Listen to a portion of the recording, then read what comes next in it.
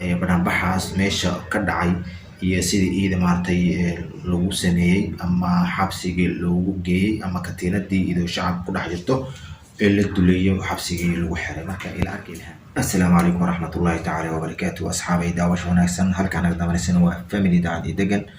maasha allah asxaabta, subax wanaagsan qofkay subax u tahay, haween wanaagsan qofkay haween u tahay, maalin wanaagsan qofkay maalin u tahay. maasha allah waa walaalkeena Idris Daacad oo idin leh maanta soo dhawaada. subscribe-ka ii saar, like-an ii saar, commentiga quruxda badan ii soo qor si maaragtay ay u gaaraan dad badan oo asxaabtaada ah ay ugu xiran. marka waxaan rabaa in aan maanta idin soo gudbiyo hadduu ilaahay raalli ka noqdo. wuxuu ilaahay ka raalli ka noqon ma dhacayaan. waxaan rabaa in aan waxaan la yaabay la mucjisoobay oo dadka qaarkooda adduunka ku nool la yaabto ayaa rabaa maanta inaan la soo wadaago. waxaas wax kale ma ahan, waa arrimo oo maaragtay gaalka oo maaragtay adduunka ku nool ka yaaqsaday ama ka xishooday ama oo dastuurkiisa oo maaragtay u diiday inuu barnaamijyadaas oo hore u jireen haddana uu joojiyey. marka waxaan rabaa in aan ka hadlo arrinta ku dhacday Ilhaan Cumar, maxaa sabab u ahaa iyo maxaa ujeedada oo loo keenay in la xiro, maxaa keenay. Ilhaan wax kale ma ahan. Ilhaan waxaan rabaa inaan hor idinka dhicin oo hordhac idinku sameynin in aad aragtaan Ilhaan sababta keentay in xabsi la geeyo iyo in waxyaalaha lagu xiray in aad ila aragtaan. marka waxaan rabaa Ilhaan oo banaanbax sameysay, banaanbaxaas ay sameysayna waa banaanbax loogu digay dalka Mareykan oo la dhahayay ka jooji banaanbaxaas sameynin ku madax adeegtay banaanbixii sameysay. banaanbaxaas wuxuu quseeyey in aniga hordhac ma rabo ila arkaa horta Ilhaan arrimaha ku dhaceen iyo qaabka banaanbaxaas meesha ka dhacay iyo sidii iida maaragtay lagu sameeyey ama xabsigii loogu geeyey ama katiinadii idoo shacabka ku dhex jirto ee la duleeyo xabsigii lagu xiray. marka ila arka Ilhaan waa banaanbaxa Ilhaan oo jeedaan saddexda dumar isku safan yihiin. waa banaanbixii oo maaragtay markaas qabaqaabisay Ilhaan oo maaragtay meeshii fagaara laisku imaaday oo Ilhaan ay ku banaanbaxayaan in taageerayaan waxaan dadweyne dhan in Ilhaan waxay soo jeedisay oo maaragtay aan raali ka nahay ayay ka turjumayaan intaan dad meesha iskugu imaatay. marka Ilhaan oo intaasoo ummad wado ayaa meeshii booliskana oo sii digayo wixii dhaafsi leeyahay oo dhaaf leeyahay Ilhaan kusii taagan tahay. markaas kadib booliska ayaa amray in Ilhaan la qabto. waa gabadhan hadda nool sii wada ujeedaan oo gacmihii kasii xiran. Ilhaanna waa sidoo kale idana in maaragtay meeshii lagu qabto iyadana meeshii la buuxo katiinad dhab lagu sii jeebad. waa taa Ilhaan sii socoto ujeedaan oo jeebad oo garab duub ay u xiran tahay oo meeshiina boolis soo buux dhaafiyey. marka waxaan leenahay Ilhaan waxay ku socoto waa taa Ilhaan oo booliska sii wado. waa soo aragtanaa fila Ilhaan qaabka ay xabsiga loo geeyaan rabaa iyo sababtay wax sababay. waayo Ilhaan waa gabadh islaam ah oo muslimad ah sheegato oo dalkaas Mareykan xilwaanad ka ah.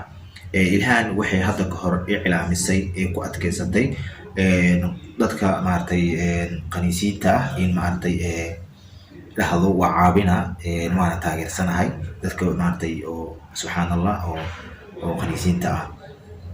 midaas iyadoo meel taalo haddana waxay Ilhaan dhahday in maaragtay sameyso arrimo kale. waayo waxay dhahday wadanka Mareykanka waa hore waxaa jiri jiray haweenka marka uur qaado uurkaas waa laga xaaqin jiray, way fasaxeen. laakiin hadda amar kale ayay kusoo rogeen in haweenka uurka leh in laga xaaqin. maxaa Ilhaan arrintii waa loogu digay ka joojiya banaanbaxaas sameynin. dhowr jeer ayaa loogu digay. digitaantii oo loogu digay Ilhaan way ka madax adeegtay wayna sameysay banaanbaxeeda. banaanbixiina waxaa ka qabsada oo aragtana filaa in meeshii fadeexo ka dhacdo iyadoo jeebad lagu qabto oo jeebadii lagu wado. marka waxaan leeyahay Ilhaan horta waxay ku socoto Ilaahay ka soo hanuuniyo. waxyaalaha qaarkood marka lagugu taageero ama lagugu maaragtay mashraxayo ama lagugu hambalyeeyo waxa waaye meel xun ay ku geenayaan adi wixii fiicneen adi wixii wanaagsan yihiin. laakiin waa okay. Ilhaan arrinta ku dhacday waa arrin horta ilaahayna kaga rabo maaragtay in ay cafiska dalbato. kow bini aadanka ay ololeynaysan inay jid xun ay barin gaalkii kirishtaanka ahaa oo yahuudiga ahaa ayaa diiday oo dhahay ma dhici karto mana la samayn karo mamnuuc waaye naag xaamilo ah in ay ilmaha iska soo daadiso ama iska soo xaaqdo ilhaan way ku adkeysatay adkeysigiina taas ayaa qabatay marka waxaa idin leeyahay walaalayaal dhammaantiinaba waxyaalaha horta bini aadanka shaydaan ayaa unuurinayo ilhaan taariikhdeeda haddii la galo inta kuma dhammaanayso waxay kasoo bilowda oo aragtana villa iyadoo maaragtay xaas qabto in falxun ay samaysay xaaskii iska raacdaysay oo xaas oo maaragtay oo caddaan ay raasatay ay guursatay kadibna wax walbo oo ilhaan ay samaysay wax ilaahay raali ka ah ma ahan waxaan leeyahay ilhaan horta ilaahay kusoo hanuunsho hanuunka ilaa aheeyo arrimaha aan ku dhaceysana waa arrimo ilaahay raali ka ah ma ahan waayo gaaladii oo maaragtay kirishtaanka ahaa oo ilaahayna aqoonin oo diinna aqoonin oo diin muslim haysanin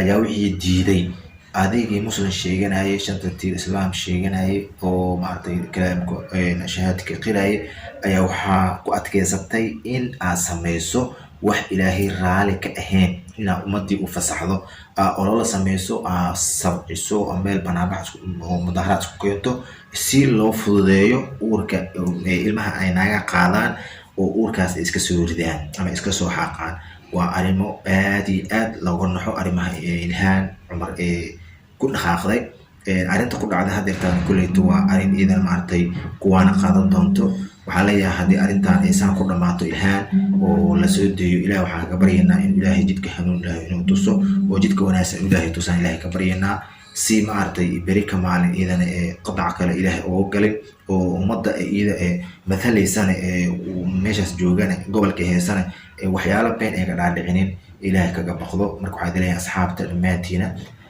anigoo diris daacad ayaa iisoo tabinayay arrimahan gaaban waxaan jeclahay mar walbo inaan iisoo tabiyo wixii aniga igu soo zaa'ido ama wixii aniga igu soo maaragtay habboonaada in ay iisoo gudbiyo maadaama aan youtube-ka mar walbana update lagu ahayn iska raali noqda waxyaalo duruufo marqaarka iska dhici karo waayo waxaa leeyahay dad maaragtay mas-uuliyiin ah mar walba mana taagnaan karo youtube-ka waxaan jecelnahay wixii macquula in ay iisoo gudbino dhammaantiin waxaa idin leenahay asxaabta family daacad iyo degan hadda igu cusub tahay subscribe-ka isaar xaga baqiilin like-na insaar share-kana lagu qabo commentiga qurux baan dhiinaatan isi insha allah waxaa idin leeyahay dhammaantiin assalaamu calaykum waraxmatullahi tacaala wabarakaatu